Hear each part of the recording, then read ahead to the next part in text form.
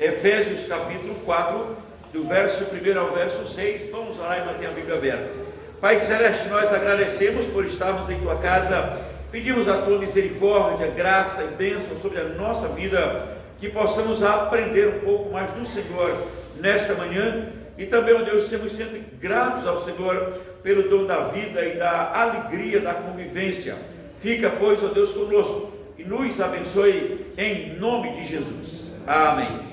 A igreja pode sentar, irmãos.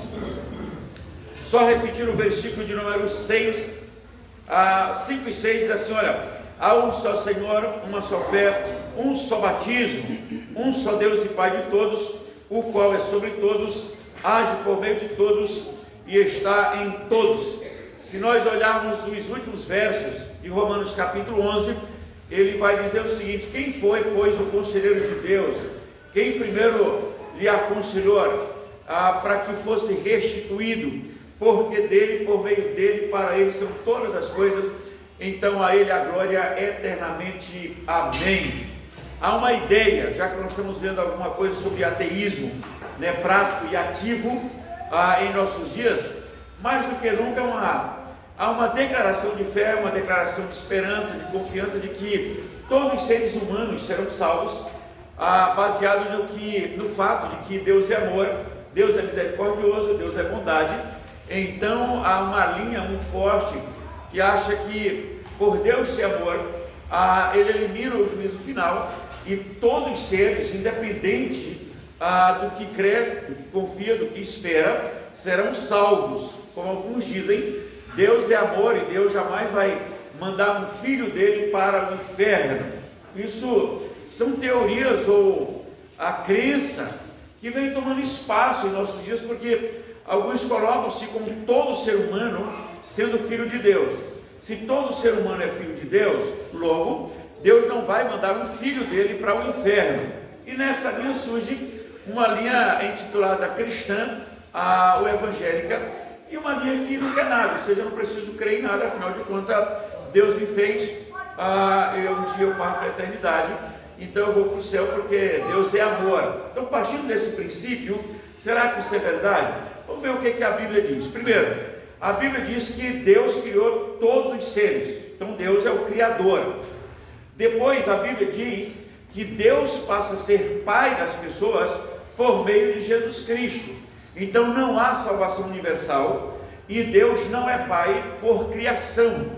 Nós pertencemos a Deus por direito de criação e depois por direito de compra. Deus em Cristo nos comprou. Coríntios diz que nós fomos comprados pelo preço do sangue. Então nós fomos comprados, nós somos de Deus porque fomos comprados. Somos de Deus por direito de criação, mas não salvos porque fomos criados. A gente passa a ser salvo depois da conversão. E aí nós, pelo Espírito Santo de Deus, Romanos 8, ele disse: olha, o Espírito de Deus que habita em meu espírito me autoriza a chamar Deus de Pai. Por isso que nem morte, nem vida, nem anjo, nem principados, nem coisa do presente, nem do porvir poderá me separar do amor de Deus que está em Cristo. Então vamos ver, todo ser humano é criado, joia, mas não é filho de Deus. Filho de Deus só por meio de Cristo, por meio da fé. Isso vem pela graça. Aí nós somos salvos e somos filhos de Deus. E o apóstolo Paulo, escrevendo aos irmãos de Éfeso, ele disse: olha, eu rogo então que eu sendo prisioneiro de Cristo, que andeis de modo da vocação a qual foste chamados, com toda a humildade. Ou seja, os cristãos têm humildade, mansidão, longanimidade e o privilégio de suportar uns aos outros. Então ele coloca 4 qualidades dos filhos de Deus: humildade, mansidão, longanimidade e poder de suportar. Então, como igreja, nós nos suportamos uns aos outros, tanto na igreja como na família, né, em casa. Ou seja, no dia a dia os cristãos têm essas qualidades, né? Fora disso aqui, o que nós estamos vendo é essa matança maluca que nós estamos fora da igreja. Verso 3, esforçando-vos diligentemente por preservar a unidade do Espírito Santo, no vínculo da paz. Por quê? Agora ele vem dizer o seguinte: porque há somente um corpo, que é a igreja, somente o Espírito, que é o Espírito Santo, como também fostes chamados numa só esperança, aquilo que aparece lá em 1 Coríntios 13, a fé, amor e esperança. Ele diz só um amor de Deus, uma esperança e uma fé.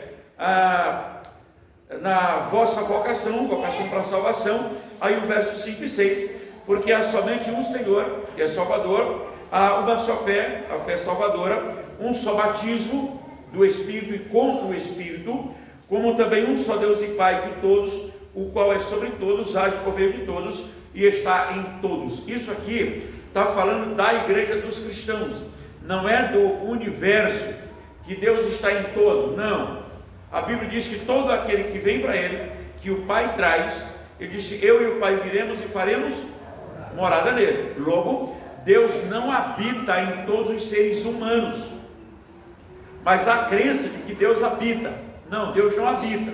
Se você olha Efésios 2, 1, 2 e 3, ele diz que por natureza o homem age com a ideia daquele que atua no filho da desobediência, e por natureza eles agiam dessa forma. Olha, eu volto uma página do capítulo 2 de Efésios, para você ver um negócio. Ele diz assim: ele, falando de Deus, vos deu vida, estando vós mortos em vossos delitos e pecados, nos quais andaste outrora segundo as inclinações da carne, segundo ao príncipe da potestade do ar e do espírito que agora atua nos filhos da desobediência. Então, por natureza, o inimigo de nossa alma atua na vida do ímpio, e os cristãos são habitados por Deus. E aí ele diz assim: é Deus quem age nos seus filhos, é Deus quem habita nos seus filhos. A igreja, ou a comunidade, ou todos que só têm uma fé e só têm uma esperança, é o Deus que age por meio de todos. Por isso que a igreja é a única instituição no mundo criada por Deus, no sentido de Deus fazer dessa instituição o seu corpo, o corpo de Cristo, e aí ele age no mundo por meio da igreja. Isso é tão sério que lá em 2 Coríntios 5, do verso 18 ao verso 3 do capítulo 6, ele diz que a igreja se torna embaixatriz de Deus. É a única instituição representante de Deus no mundo, é a igreja. E aí nós somos a igreja. Se no Velho Testamento era o Israel falhou, hoje é a igreja.